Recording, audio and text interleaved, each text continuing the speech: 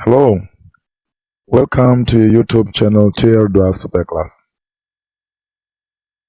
Well, in today's lesson, we are going to look at how to use a protractor. And may God bless this lesson. Right. Okay, so a protractor is this figure here. This is a protractor. Okay, so to use it, first you need to understand some basic aspects. It has the scale. Actually, it has two scales. Okay, the outer scale and inner scale.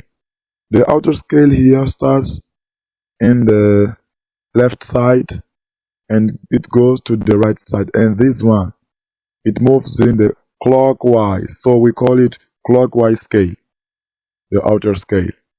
Okay, and the inner scale moves from the right to the left, and this is anti-clockwise scale. Clockwise and anti-clockwise scale means that whether they move as the watch moves or not. Okay, and it has also the center. The center, you must find out a kind of plus, okay, or a small hole. So that is the center, and the center must be placed in the vertex of your angle. Okay, for example, you would need to put the center here in the point B to draw this angle here. Okay, and it has also the baseline. What is the baseline? Baseline is the line that we are going to use as a base, okay, to start our drawing, to draw our angle. So the baseline must be placed in this line here, must follow this line. So you'll have the center of the protractor here, and the baseline must follow this. And then you might ask yourself, which scale am I going to use? A clockwise scale or an anti-clockwise scale? A outer scale or inner scale? Okay, I don't want you to worry about that, right? You are going to use, first you are going to place the center and align it with a baseline in the line that you must draw first. Then you are going to start from the zero, which is in the beginning of your angle. So as you can see here, we want to start here and we open the angle. So we are going to start at this point. And which point is this? Understanding that here we have the center. This point, we are going to use an anti-clockwise scale, which is this one, the inner scale. Okay, so we're going to look at this 0, 10, 12, 13, 14, 15, right? And here you place just a point. Okay, with a point you are going to join the point you found here in the 5th degrees with the center of your protractor, and then you'll have as a result this angle, right? The same happens here. This is another example in which we want to use an anti-clockwise scale. Anti-clockwise scale we use when we place the center here, and then we move, okay, we place the center here and we have the baseline aligned with this line, and then we start at this point counting from 0 up to the angle are we trying to make, which is 100 degrees. Okay, I mean 105 degrees. So we have here 105 degrees. Together? Alright. So let's have an example to understand better how does it work. To take the example, we are going to try, we want to draw, for example, a triangle.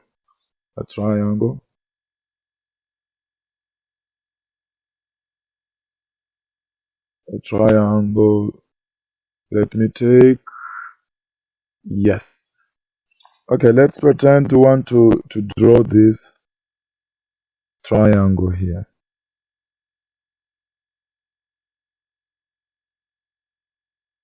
Okay, and we'll have here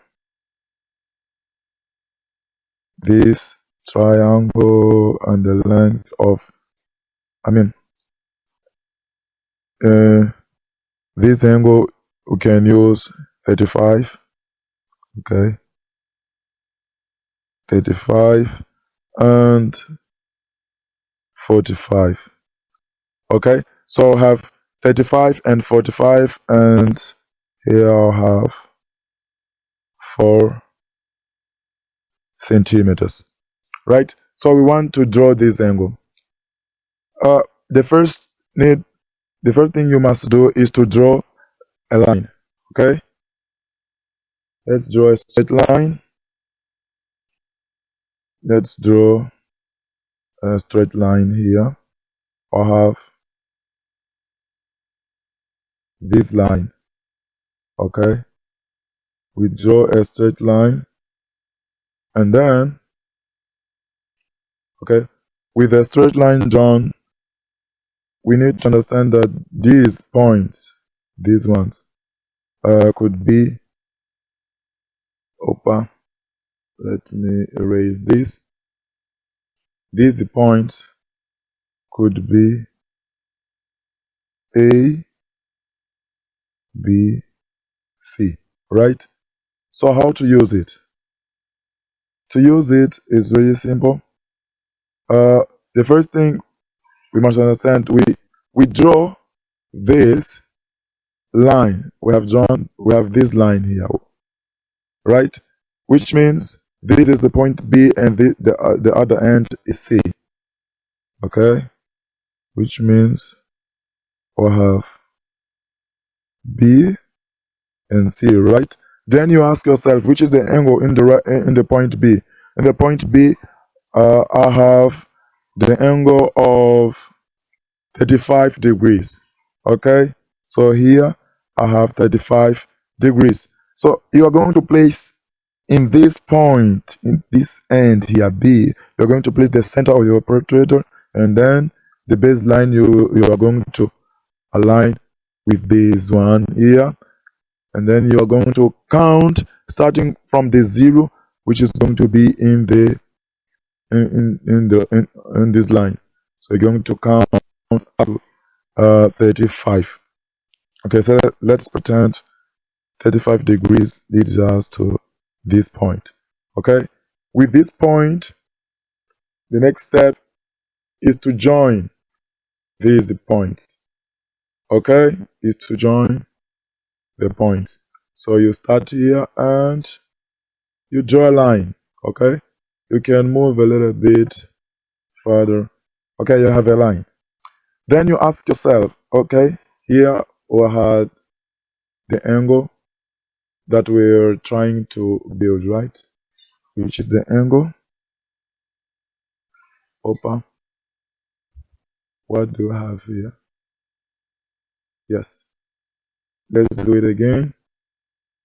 I was saying that first thing we must do is to draw and find a point, and we are saying that this is the point, right?